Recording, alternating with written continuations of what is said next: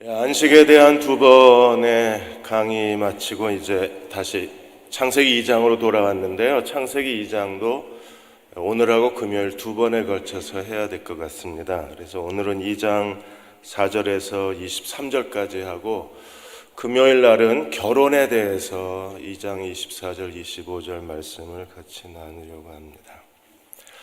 진화론을 쓴 찰스 다윈이 크리스찬이라는 그 예화가 있었습니다. 저도 그런 줄 알았는데, 왜냐하면 그가 진화론의 모태가 됐던 종의 기원의 책을 썼을 때 종의 기원 그 맨 마지막 장에 자기가 그리스도인인 것처럼 얘기를 했어요. 찰스 다윈이. 그래서 그리스도인인가 보다라고 우리가 생각을 했는데, 그 영국 교회의 핍박을 피하기 위해서 다윈이 거짓말을 했습니다. 이번에 다윈이 직접 쓴 편지가 인터넷 경매에 나왔는데, 그 편지에서 당시에 기독교 신자였던 변호사가 다윈에게 질문을 했습니다. 정말 신약 성경을 믿느냐? 그랬더니 다윈이 편지에 답장을 썼습니다. 공개하지 않는다는 조건으로 답장을 썼는데 이렇게 썼습니다. 나는 성경을 신의 계시로 믿지 않는다. 따라서 예수 그리스도를 하나님의 아들로 믿지는 않는다. 이렇게 말할 수밖에 없어서 정말 죄송하다 이랬어요. 그러니까 영국 교회가 진화론 때문에 자기를 핍박을 하니까 핍박을 피하려고 자기가 그리스도인인 것처럼 종의 기원에다가 거짓말을 써놓은 거예요. 실제로는 자기는 하나님을 믿지 않는다. 무신론자는 아닌데 불가지론자의 입장이다. 있는지 없는지 모르겠다. 이렇게 대답을 했습니다. 그래서 지금도 창조론과 진화론은 거칠게 논쟁을 벌이고 있고, 창조론이냐 진화론이냐가 이제는 아이들 교육에까지도 큰 부분을 차지하고 있습니다. 더군다나 많은 사람들이 창조론 못 믿겠다고 말하는 가장 큰 이유 중에 하나가 1장의 창조와 2장의 창조가 다른 거예요. 그래서 봐라, 1장의 창조, 성경도 창조 기사가 다르니까 우리는 믿지 않겠다고 말을 합니다. 하나님 왜 이렇게 하셨을까요? 요한복음 9장 39절에 예수님이 뭐라고 어떻게 말씀하셨습니까? 내가 심판하러 세상에 왔나니 보지 못하는 자들은 보게 하고 보는 자들은 보지 못하게 하려 합니다. 하나님의 심판은요, 보는 자들은 보지 못하고 보지 못하는 자들은 보게 하는 거예요. 사람이 눈이 있어도 보지 못하고 귀가 있어도 듣지 못하는 게 하나님 심판입니다. 그러니까 1장과 2장이 창조 기사가 왜 다른가를 이해하려고 하지 않고 다르니까 거짓이다 이렇게 해서 하나님은 천지를 창조하신 분이 아니다 이렇게 말하는 거예요. 왜 하나님이 두 번째 창조 기사를 썼을까요? 여러분, 두 번째 창조 기사를 쓴 하나님의 목적이 있어요. 먼저 2장 4절에서 7절까지를 보겠습니다. 2장 4절에서 7절까지가 하나의 문단입니다. 2장 4절은 크게 둘로 나눕니다. 이것이 천지가 창조될 때의 하늘과 땅의 내력이다. 그래서 2장 4절 첫 부분까지, 전반부까지가 1장 1절에서 2장 4절 첫 부분까지가 한 덩어리예요. 그러니까 첫 번째 창조 기사에 대해서 결론을 내린 겁니다. 하나님께서 첫째 날, 둘째 날, 셋째 날, 넷째 날, 다섯째, 여섯째, 일곱째 날 안식을 창조하시고 난 이후에 이제 결론을 내리는 거예요. 이것이 천지가 창조될 때의 하늘과 땅의 내역이다. 이렇게 해서 첫 번째 창조를 끝내셨습니다. 그리고 2장 4절에 보시면 여호와 하나님이 땅과 하늘을 만드시던 날에, 이게 두 번째 창조 기사를 시작하는 거예요. 여기에 1장에서는 엘로힘 하나님이 천지를 창조하신 게 되어 있는데, 여기 2장 4절에서는 뭐라 그랬습니까? 여호와 하나님이 땅과 하늘을 만드셨다고 기록하고 있습니다. 여호와 하나님, 야훼 엘로힘이라는 호칭을 씁니다. 이 야훼 엘로힘이라는 단어가 모세오경에서는 딱 두 번 나와요. 오늘 2장 4절에서 나오고 그 다음에 출애굽기 9장 30절에 딱 2번 나옵니다. 구약 성경에서는 한 20번 정도 사용이 됐어요. 대부분 어떻게 씁니까? 여호와 하나님이라고 그러지 않고 여호와 우리 하나님, 여호와 너희의 하나님, 여호와 아브라함의 하나님 이렇게 써요. 근데 여호와 엘로힘이라고 쓰는 것은 모세오경에 2번밖에 기록이 되지 않습니다. 하나님은 천지를 창조하신 하나님은 어떤 하나님이십니까? 그래서 여호와 하나님을 우리가 야훼 하나님이라고 불러요. 야훼 하나님. 그러니까 엘로힘 하나님의 창조 기사의 목적과 야훼 하나님의 창조 기사의 목적이 다른 거예요. 그러니까 1장의 첫 번째 창조 기사는 엘로힘, 전능하신 창조주의 관점에서 창조 기사를 쓴 겁니다. 그리고 2장 4절부터는 야훼 하나님, 여호와 하나님의 관점에서 천지 창조의 2번째 기사를 쓴 거예요. 첫 번째 창조 기사는요, 그건 하나님을 찬양하는 찬양의 예전문이라고 그랬습니다. 7이라는 숫자가 반복이 되면서 하나님이 천지를 창조하신 거에 대하여 하나님 보시기에 심히 좋았더라. 우리는 그 천지를 창조하신 하나님을 찬양하고 하나님을 경배하는 겁니다. 과학적으로 하나님이 천지를 창조하셨다는 걸 증명하기 위해서 1장에 쓰여진 것이 아니라 하나님이 천지를 창조하신 것을 예배하고 경배하기 위해서 쓰여진 거예요. 그래서 일정한 찬송시의 운율이 있다 그랬습니다. 그래서 7의 배수가 반복되면서 하나님이 천지를 창조하신 것에 대하여 우리는 감사하고 예배하고 하나님을 찬양해야 합니다. 첫 번째 창조에서 가장 중심을 두신 게 뭐예요? 하나님이 창조와 안식 2가지를 창조하셨다는 겁니다. 자연 만물과 안식일을 창조하신 하나님이 강조가 됐어요. 그럼 2장 4절에서 오늘 25절까지는 하나님이 2번째 창조에서 강조하신 건 무엇입니까? 야훼 하나님은 여호와 하나님은 우리와 관계를 맺으시는 하나님이세요. 여러분, 죄는 뭐라 그랬어요? 하나님과의 관계가 깨진 겁니다. 의는 뭐예요? 하나님과의 관계가 회복된 겁니다. 그러니까 야훼 하나님은 우리와 관계하시는 하나님이십니다.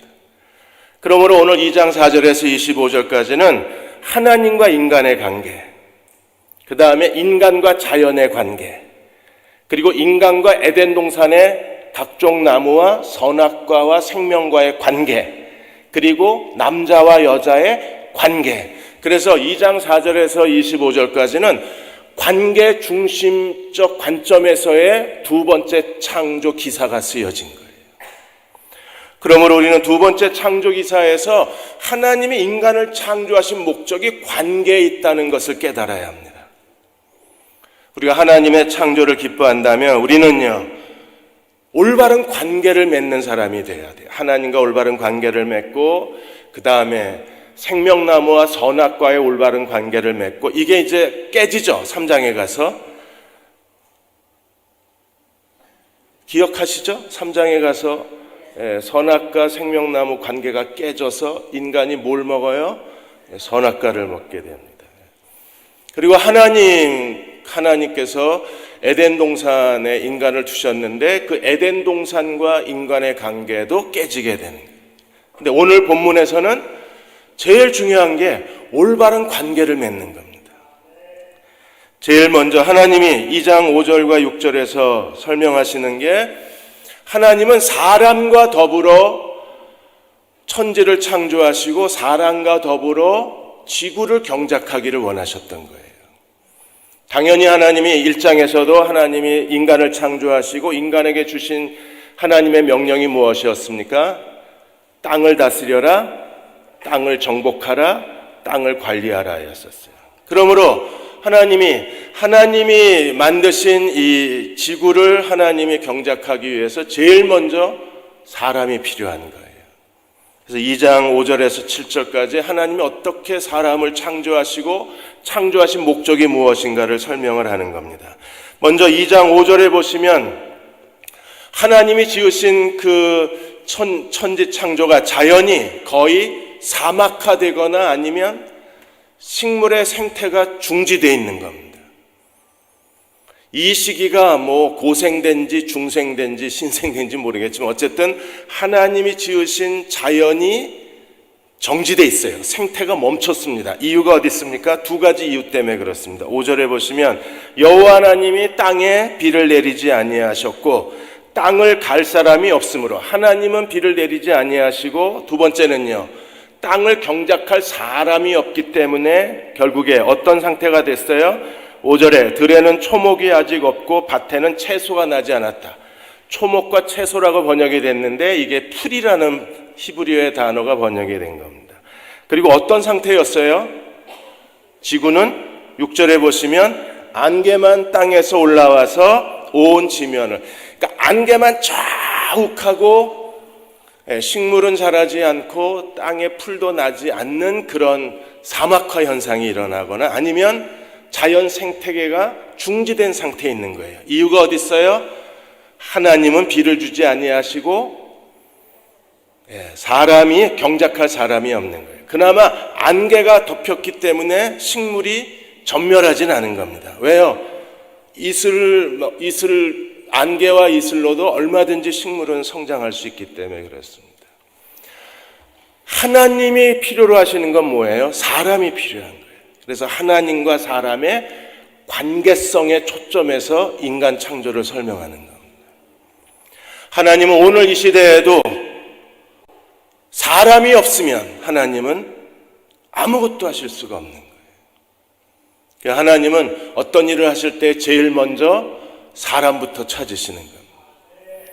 하나님께서 이스라엘 백성을 출애굽시키시기 위해서 하나님이 찾은 사람이 모세입니다. 물에서 건져낸 자. 예수님이 공생애를 시작하시면서 제일 먼저 하신 일이 뭐예요? 12 사도를 세우신 거예요. 그런 것처럼 하나님은 사람과의 관계를 통해서 일하신 하나님이십니다. 그러므로 하나님이 제일 먼저 하셔야 될 일이 뭐예요? 지구를 아름답게, 푸르고 아름답게 만들려면 제일 먼저 하실 일이 무엇입니까? 사람부터 만드셔야죠. 그래서 사람을 창조하신 과정을 2장 7절에 설명하는 거예요. 2장 7절에 여호와 하나님이 땅의 흙으로 사람을 지으시고, 야짜르, 이 지으셨다는 야짜르하고 1장에서 창조하셨다는 단어가 다른 단어예요. 하나님이 천지를 창조하셨을 때에는 말씀으로 지으셨잖아요. 빛이 있으라 하매 빛이 있었고, 모든 게 다 하나님 말씀으로 창조가 되었는데 사람을 어떻게 창조하셨어요? 하나님이 직접 손으로 인간을 만드신 거예요. 아주 특별한 하나님의 만드시는 과정이 있었습니다. 하나님이 흙으로 사람을 만드시고, 그래서 주님이 땅, 아다마를 가지시고 하나님이 아담을 지으셨다, 이렇게 되어 있어요. 그래서 흙으로 사람을 지으시고 생기를 그 코에 불어넣으시니 사람이 생명이 뭐예요? 살아있는 사람이 된 겁니다. 그리고 하나님이 인간의 그 콧구멍에 하나님의 숨, 하나님의 호흡을 불어넣으셨다, 이렇게 되어 있어요. 사람이 죽었는지 살았는지 확인하려면 제일 먼저 어떻게 확인을 하나요? 코에 손을 대보고, 사람이 호흡하면 사는 거고 호흡하지 않으면 죽은 거잖아요. 또 호흡을 하지 않더라도 또 이렇게 심폐소생을 해서 다시 살려날 때 제일 먼저 하는 게 뭐예요? 심장이 다시 뛰면 호흡이 다시 돌아오는 거예요. 그래서 사람의 생명과 죽음은 어디에 달려 있습니까? 호흡에. 그런데 인간의 호흡은 어디서 시작이 됐어요? 하나님의 호흡으로부터. 하나님이 생명의 숨, 하나님의 콧김, 하나님의 호흡을 불어넣으시자 사람은요, 살아있는 존재가 된 거예요. 생명의 존재. 그 존재는 어떤 존재입니까? 하나님의 형상과 하나님의 모양을 닮은 거예요. 영과 인격과 육체를 가진, 그래서 하나님의 형상을 지음을 받은 사람이 됐는데, 그 사람이 살아있는 인간이 된 것은 하나님의 호흡 때문입니다. 여러분, 오늘 우리가 귀중한 것은요, 우리가 살아있는 것은 하나님의 호흡으로 사는 거예요.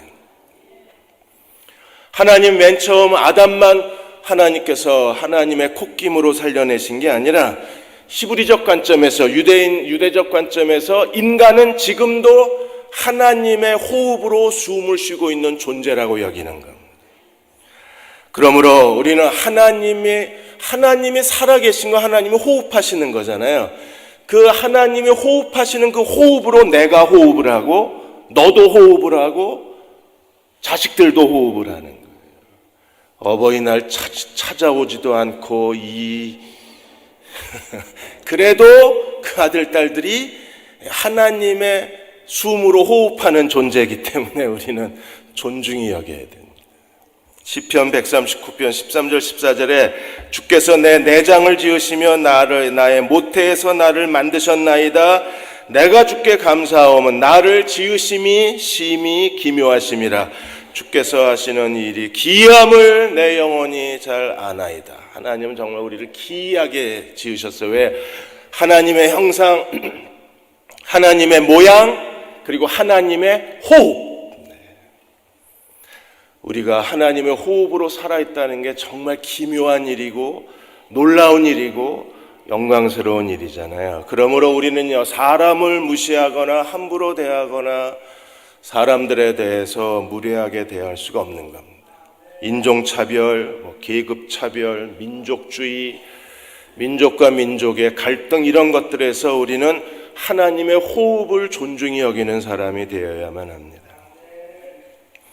이번에 구미 국제교회의 권주훈 목사님 37살이신데, 구미 공업단지에 많은 이제 외국인 노동자들이 와서 거기서 일하는데 그들에게 복음을 전하고 이제 그들과 공동체를 만든 거예요. 그런데 스리랑카에서 온 그 아젤라 자매가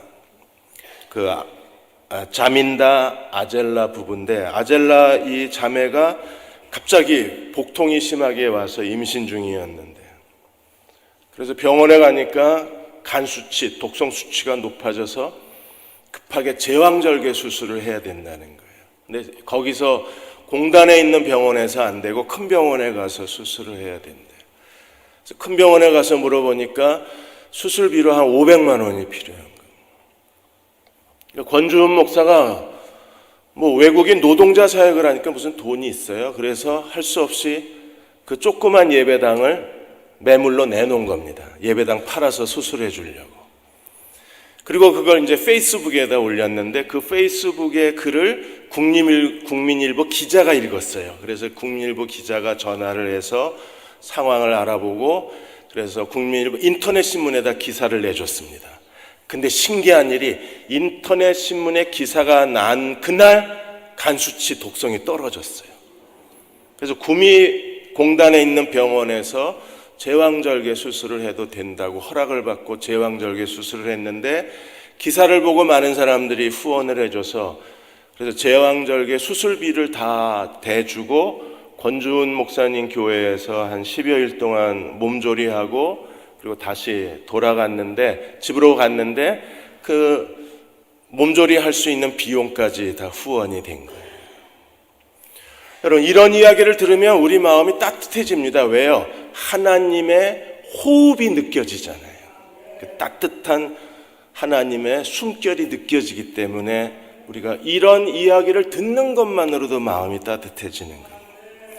두 번째로 2장 8절에 15절까지 하나님이 사람을 지으셨으면 이제 사람이 살아야 되잖아요. 그래서 하나님 에덴을 창조하시고 에덴에 두 나무와 4개의 강을 두셨어요. 그래서 2장 8절에 여호와 하나님이 동방의 에덴에 동산을 창조하시고 그 지으신 사람을 어디에 두셨어요? 에덴에 살게 하셨습니다.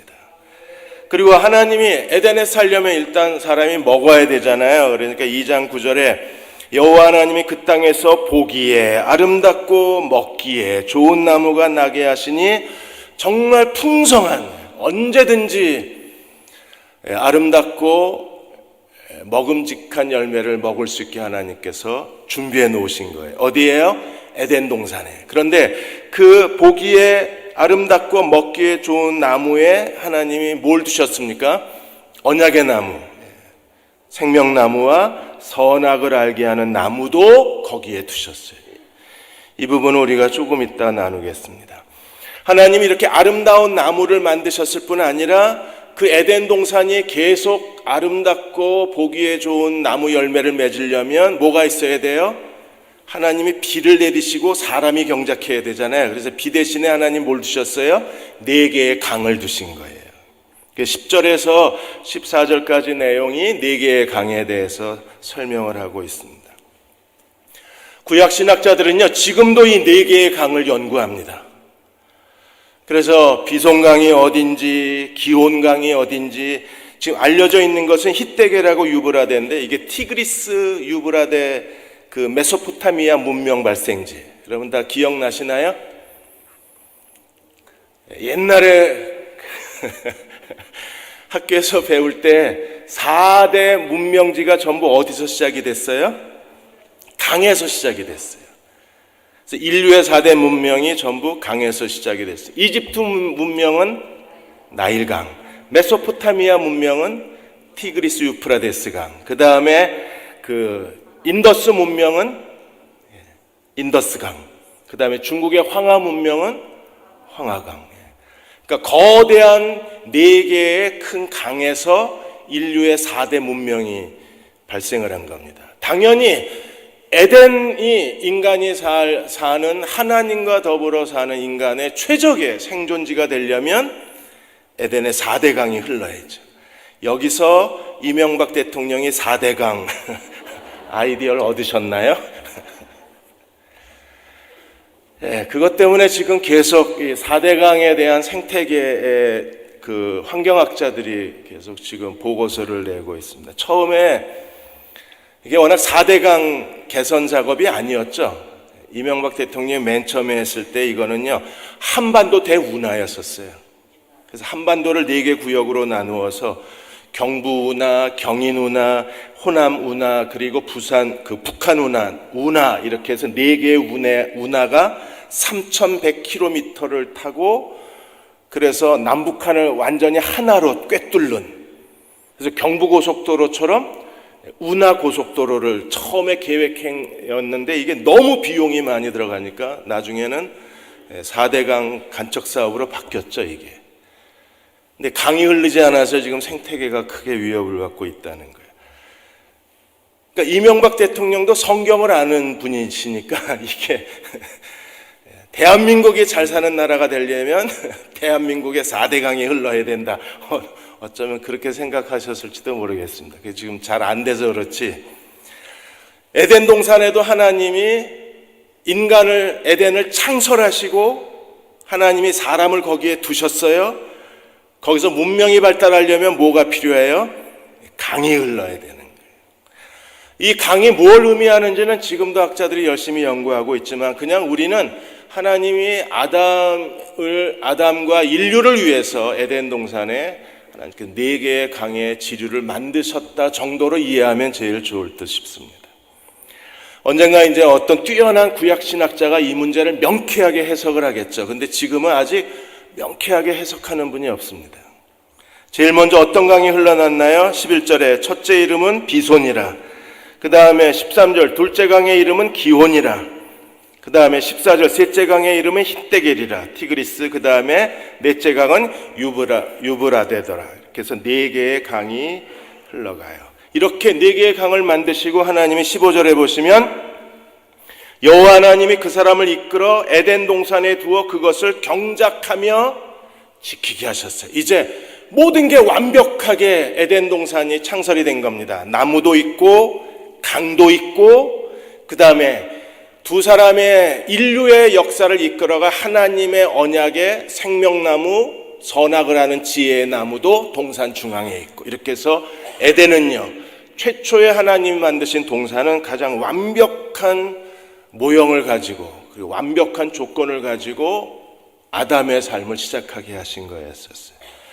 오늘 우리도 지금은 지구온난화, 기후변화 이렇게 해서 정말 힘든 시간을 보내게 되고, 앞으로 인류의 제3차 대전은 어쩌면 핵폭탄 전쟁이 아니라 물전쟁이 될 가능성이 크다고 얘기합니다.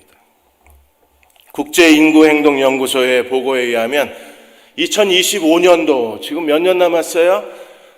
25년도만 8년 정도 남았습니다.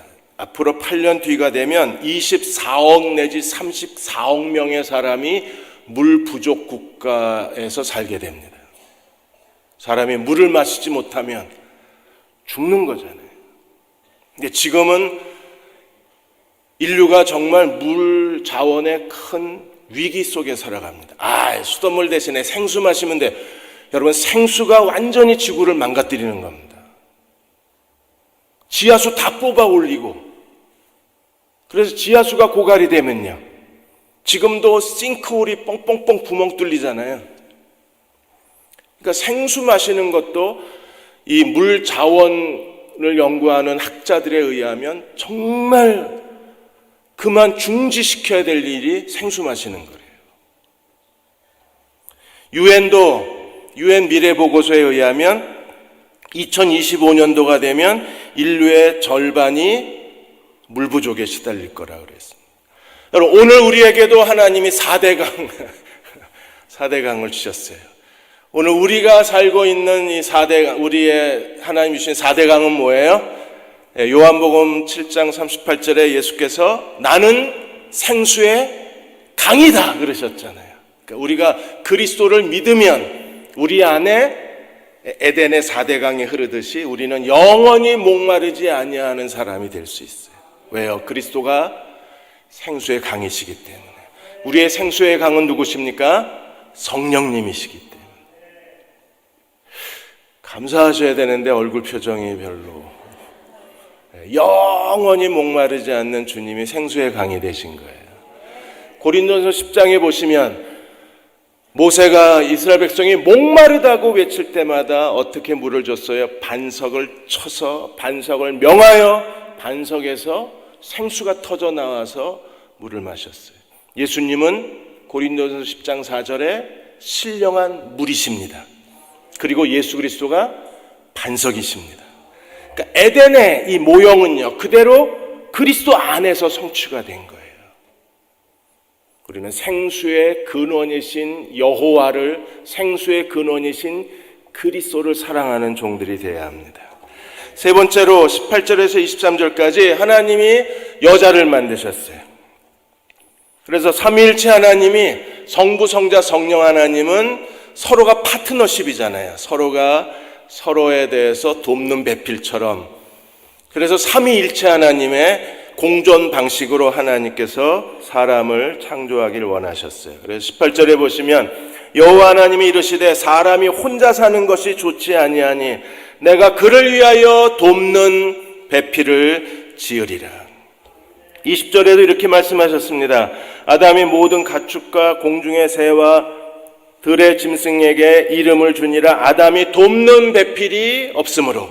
그래서 하나님이 돕는 배필을 지어주길 원하셨어요. 여러분, 아담은 굉장히 뛰어난 사람입니다.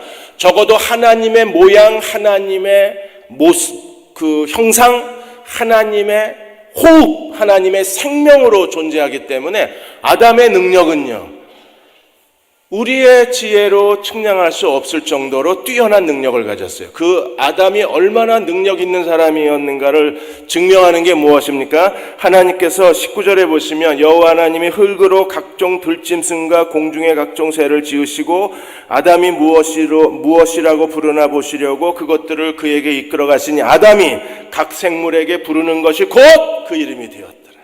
카네이션이 왜 카네이션이 된 줄 아십니까? 아담이 지은 겁니다. 우리가 봄마다 오는 제비를 왜 제비라 그러는 줄 아십니까? 아담이 부르는 대로 이름이 됐어요. 어마어마한 능력이, 신적 능력이 아담에게 있는 겁니다. 인간이 타락한 뒤에도 이 하나님의 신적 지혜가 살아있는 거예요. 그러니까 우리가 우주 왕복선을 쏘아 올리고, 그리고 무인 자동차, 사람이 운전하지 않아도 다닐 수 있는 무인 자동차 시대를 열고, 얼마나 인간의 지혜와 지식과 과학이 뛰어나요. 막 50층 주상복합 아파트를 짓지 않나, 제2의 롯데월드를 우리가 건설하지 않나. 이게 인간의 지식의 무한성을 우리에게 보여주는 거죠. 심지어는요, 그 폐하복제를 통해서 사람이 황우석 박사가 개를 막 복제해내고 소를 막 복제해내고 이게 어느 누구의 영역에 속한 거예요? 하나님의 창조 영역에 속한 걸 사람이 막 만들어내는 시대가 된 겁니다. 그 정도로 인간의 지능과 지혜는 엄청난 거예요. 이게 타락했음에도 불구하고 하나님의 흔적이 남아있는 겁니다. 아담은 정말 대단한 사람이었습니다. 그냥 부르는 대로 이름이 돼버린 겁니다. 그런 아담에게도 하나님의 한계점이 있는 거예요. 돕는 배필이 없기 때문에. 그래서 하나님이 돕는 배필을 지어주기로 하셨습니다. 그래서 21절에 제일 먼저 뭘 하셨어요? 아담이 깊이 잠들게. 최초의 하나님의 마취 시스템이 작동을 한 겁니다. 그래서 최초의 마취 전문의는 하나님이십니다. 그래서 잠들었다는 말이 굉장히 특별한 용어예요. 다른 데서는 이 단어가 사용이 안 됐어요. 흔히 쓰는 단어가 아니라 그랬습니다. 그 다음에 22절에 잠들었으면 이제 수술을 해야죠. 그래서 여호와 하나님이 아담에게 취하신 그 갈빗대로 여자를 만드시고, 그래서 여자를 우리가 갈빗대라고 그러는데 실제로는 젤라라는 단어는 갈빗대가 아니라 옆구리입니다. 옆구리. 그래서 애인 없는 그 총각 처녀들이 옆구리가 시리라고 그러잖아요. 이게 굉장히 성경적인 표현입니다. 옆구리가 시려요. 왜? 비어 있으니까. 그러니까 갈빗대가 시리다고 그러지 않고 뭐라 그래요? 옆구리가 시리다 그러잖아요. 그러니까 굉장히 인간은요, 하나님을 모르는 사람들도 이 머릿속에 이 흔적이 남아있는 거예요. 아, 옆구리가 비어 있다는 게. 그래, 옆구리가 시리다. 하나님이 옆구리에서 갈빗대를 빼내서 여자를 만드시고 어떻게 하셨어요? 아담에게로 이끌어 오시니, 아담이 뭐라 그랬습니까? 23절에 아담이 이는 내 뼈 중에 뼈요 살 중에 살이라. 그래서 뼈 중에 뼈, 살 중에 살, 너는 나다, 그런 거예요. 뭐 여자가 하나밖에 없었으니까 당연히 뭐 제일 아름다웠겠죠. 기준이 없으니까. 그때 뭐 송혜교가 있는 것도 아니고 기준이 없으니까 제일 아름답지 않았겠어요. 그 다음에 이것을 남자에게 취하였은즉 여자라고 부르리라. 그래서 남자 이쉬, 그 다음에 여자 이샤. 그래서 하나님이 돕는 배필을 지어주신 거예요. 여자는요, 여자의 이름은 돕는 배필입니다. 어머, 딸 낳네. 그건 어머, 돕는 배필이 하나 나왔네 그러셔야 돼요. 여자의 이름은 돕는 배필입니다. 여러분, 돕는 배필이라는 것은요, 퍼펙트 헬퍼예요. 퍼펙트가 뭐예요? 가장 완벽한. 헬퍼는 뭡니까? 돕는 거. 그래서 여자는 하나님이 퍼펙트 헬퍼로 지으신 거예요.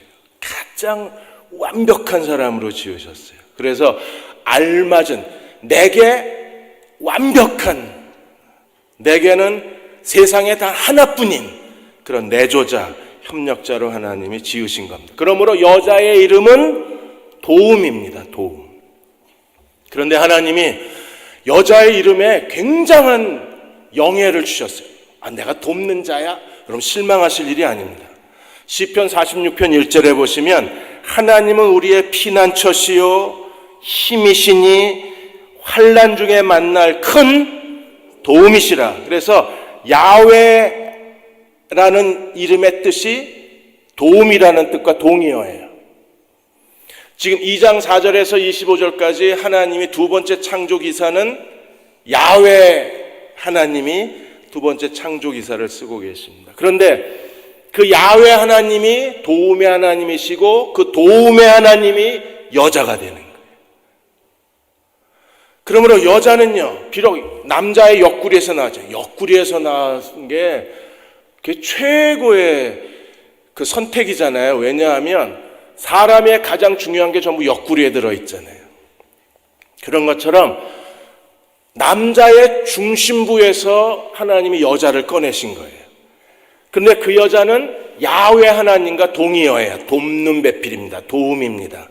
그러므로 미르바 던 교수는 이 문제를 가지고 어디까지 해석을 했느냐 하면 좀 불편하긴 하지만 인정할 수밖에 없어요. 1장에서는 하나님의 최종적인 창조 목적이 안식이다. 그 다음에 2장에서는 하나님의 두 번째 창조 기사의 목적은 여자다 그랬어요. 여자가 1장에서의 안식만큼 최고의 하나님의 창조물이 여자라는 겁니다. 좋으시겠습니다. 돕는 배필로 하나님이 지으신 거예요. 이번에 프랑스의 39세 대통령이 선출이 됐습니다.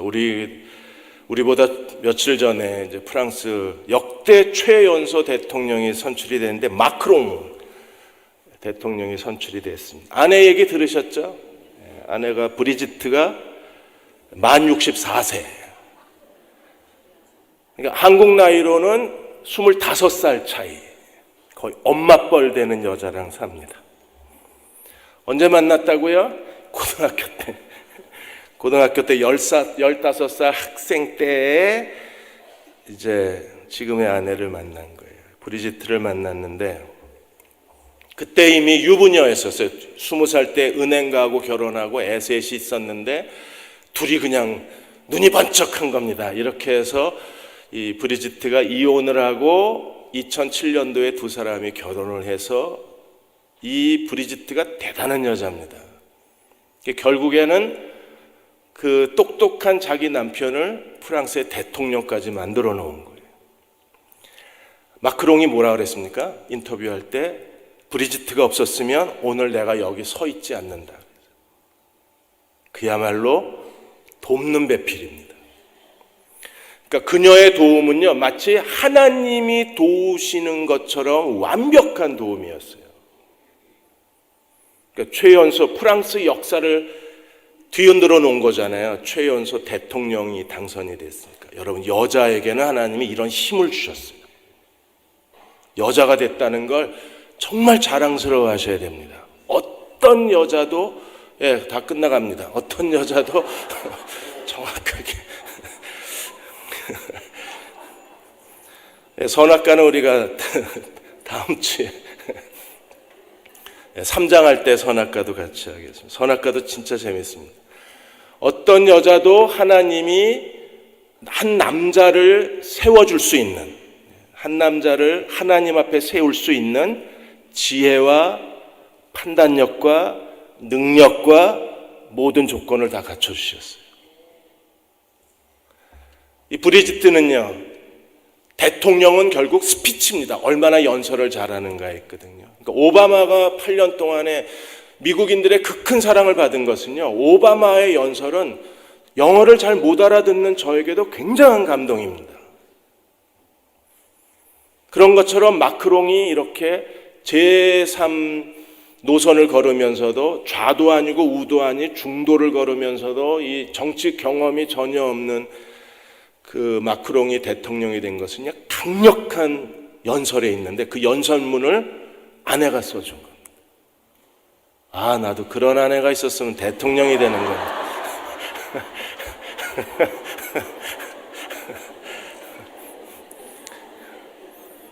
그래서 제가 계속 여기 와 있어요. 걱정하지 마세요.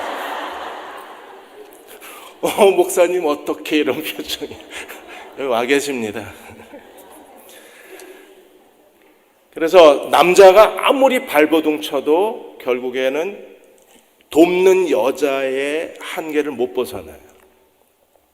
그러니까 하나님은 그래서 여자를 만드신 거기 때문에. 그런데 이 아담과 하와가 결국에 선악과를 먹고 타락하게 된 이유가 어디가 구멍이 뚫렸어요? 3장에 가면 하와가 구멍이 뚫린 거예요. 그러니까 하나님은 선악과를 먹는 날에는 정령 죽으리라고 말씀하셨는데 하와가 구멍이 뚫어졌나요? 아니요. 남자가 구멍이 뚫렸습니다. 왜냐하면 먹는 날에 정령 죽으리라고 들은 사람은 아담입니다. 하와는 듣지 못했습니다. 하와는 그 다음에 태어났어요. 우리가 나중에 천국 가서 이거 헌법재판소에다가 의뢰를 해야 돼요. 이게 아담의 실수냐 하와가 남편을 무시한 거냐. 아담이 제대로 전했는데 하와가 무시할 수도 있고, 아담이 하와한테 제대로 잘 가르치지 않을 수도 있고. 왜냐하면 두 가지가 다 오늘 우리 가정이 힘든 이유가 어디 있어요? 아내가 남편을 함부로 대하거나, 남편은 정확하게 얘기했는데 아내는 뭐 죽을 수도 있대, 건성으로 대답하거나, 아니면 남편이 아내를 무시해서 야 먹지마, 먹으면 안 돼, 그렇지? 이러고 아내를 건성으로 대해서 3장에 타락이 있을 수도 있어요. 그러니까 어느 경우든 남자가 아내를 무시하건 아내가 남편을 함부로 대하건 똑같은 결과예요. 어떤 결과예요? 선악과 먹고 타락하는 거. 그러므로 남편은요, 정말 마음을 다해서 존중히 여겨야 합니다. 우리가 하나님을 경외하잖아요. 왜? 그분이 우리의 피난처이시고 환난 날에 만날 큰 도움, 야훼 하나님은 도움이신 것처럼 아내는요, 나의 도움이에요. 그래서 우리는 사랑하고 존중히 여겨야 합니다. 하나님이 축복하시는 가정들이 되시기를 주의 이름으로 축원합니다.